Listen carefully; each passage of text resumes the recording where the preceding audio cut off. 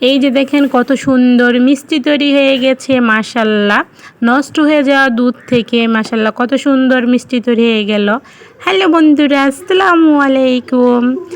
খাবারের জন্য দুধ নেওয়া হয়েছিল, সেই দুধটা ফেটে গেছে, তার জন্য মিষ্টি বানাতে চলে আসলাম। আর বড় কারণ হচ্ছে আমার ভাগ্নি, সে বলছে বেবি মিষ্টি খাবো, বেবি মিষ্টি খাবো, মানে ছোট যেই মিষ্টিটা হয় সেটা খাবে। তো তারই বায়নাতে একসাথে দুই কাজ হলো, আমার ছানাটাও নষ্ট হলো না, তারপরে তার বায়নাটাও রাখা হলো। সেই উদ্দেশ্যে আজকে মিষ্টি বানাচ্ছি, ফাঁকিবাজি মিষ্টি যেটাকে বলে। তো প্রথমেই হচ্ছে অল্প কিছু দুধ নিয়ে সেটা কি বলকা নিয়ে নিলাম। তারপরে সাইডে আছে সুজি, যেটা হচ্ছে এখন আমি ঢেলে দিচ্ছি। ছোট কাপে 1 কাপ হচ্ছে সুজি নিয়েছি, সেটাই অল্প অল্প ঢেলে দিয়ে হচ্ছে নাড়া দিয়ে নিলাম যাতে ধলা পাকিয়ে না যায়। তো দেখতেই পাচ্ছেন আমার সুজিটা খুব সুন্দরভাবে হচ্ছে মিশে গেছে দুধের সাথে এবং সিদ্ধও হয়ে এসেছে। এখানে একটু বেকিং সোডা, তারপরে গুঁড়া দুধ আর যেই সুজিটা সিদ্ধ করে নিয়েছি সেটা, আর পাশেই হচ্ছে আমার সেই ফেলে দেওয়া ছানাটা। তো এগুলো সবগুলো এখন একসাথে করে ভালো করে মথে নিতে হবে। প্রথমে হচ্ছে ছানাটা আমি ভালো করে মথে নিচ্ছি যাতে এটা কোথাও দলা দলা হয়ে না থাকে। আর পাশে যে শুকনো উপকরণগুলো ছিল সেগুলো একসাথে মিশিয়ে নিলাম।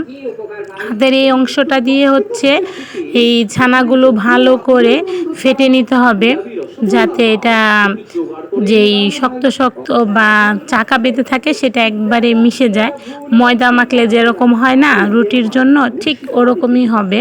খুব সুন্দর মসৃণ একটা ব্যাটার হবে। এই যে দেখেন প্রায় হয়ে এসেছে, আর কিছুক্ষণ সময় এটা আমি মথে নেব। এখন হচ্ছে যে সুজিটা জাল দিয়ে রেখেছিলাম সেইটার সাথে ছানাটা ভালো করে মিশিয়ে নিচ্ছি। এই যে দেখেন মিশানো হয়ে এসেছে প্রায় আমার। তো তারপরে হচ্ছে যে শুকনো উপকরণগুলো আছে এগুলো অল্প অল্প করে দিয়ে তারপরে ভালো করে আবার মথে নেব। এই যে দেখেন আমি সেই কাজটাই কিন্তু করছি। অবশ্য এক হাত দিয়ে মোবাইল ধরে আরেক হাত দিয়ে কাজ করাটা একটু ঝামেলাই, তার জন্য ভাগিনাটাকে ডাক দিয়ে নিলাম, তারপরে সে একটু ক্যামেরাটা ধরলো। যাই হোক, এখন এগুলো হচ্ছে আমি ভালো করে মথে নিচ্ছি। দেখেন খুব সুন্দরভাবে কিন্তু আমার এটা মথা হয়ে যাচ্ছে, মানে মেখে নেওয়া হয়ে যাচ্ছে। তারপরে যেই ডিস্কটা নিয়েছি সেটাতে লেগে থাকবে, তাতে কোনো সমস্যা নেই। এইভাবে ডলতে ডলতে সেটাও পরিষ্কার হয়ে যাবে। এখানে আমার মার হাতের হচ্ছে ঘি, যেটা আমার মা ঘরেই তৈরি করেছে, সেই ঘিটা দিয়ে নিলাম 1 চামচ দিয়ে, আর অল্প একটু দিয়ে নিয়েছি যাতে সুন্দর একটা ঘ্রাণ আসে। হ্যাঁ, বাচ্চা মানুষ খাবে, এটা হেলদি করো। যাই হোক, তো এখন আবার আমি এটা মধ্যে নিচ্ছি। ঘিটা দেওয়ার পরে কিন্তু এটা সুন্দরভাবে হাত থেকে উঠে যাচ্ছে। এই যে দেখেন আমার এটা ভালোভাবে মেখে নেওয়া হয়ে গেছে।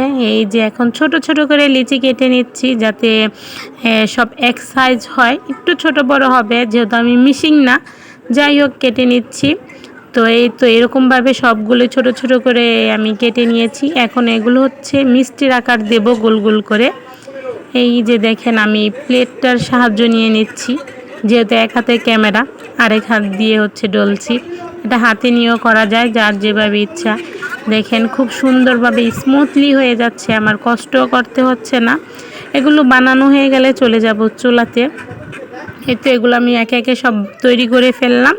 তারপরে এগুলো একটু এক সাইডে রেখে দিয়ে আমি এখন চুলাতে যাব যাতে এগুলো আমি এখন ভেজে নিতে পারি। আর শিরাও তৈরি করতে হবে, তার জন্য একটু পাত্র বসাই দিয়ে আমি হচ্ছে 2 কাপ পরিমাণ চিনি দিয়ে দিচ্ছি। তারপরে দিয়ে দেব 2 কাপ পরিমাণ পানি দিয়ে হচ্ছে চিনিটা ভালো করে জাল দিয়ে নিতে হবে। তো আমি এখানে পানিটা দিয়ে দিলাম, তো সাথে একটা এলাচ দিয়ে দিলাম, এটা হচ্ছে ঘ্রাণের জন্য, এটা না দিলেও চলে।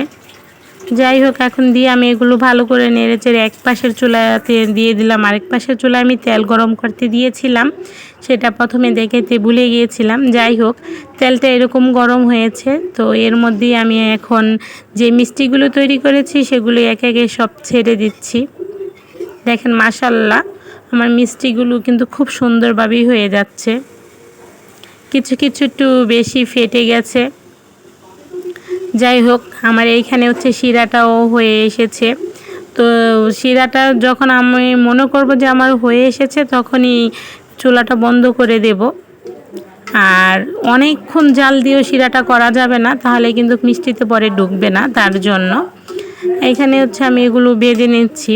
কিছুটা বেশি বেজে নিচ্ছি, কিছুটা হালকা ভাজা আর কিছুটা মাঝারি, কারণ এটাতেই কালারটা নির্ভর করে। এই যে দেখেন এর মধ্যে কিন্তু আমি অনেকগুলো বেজে ফেলেছি, বাকিগুলো এরকম একে একে সব বেজে নেব।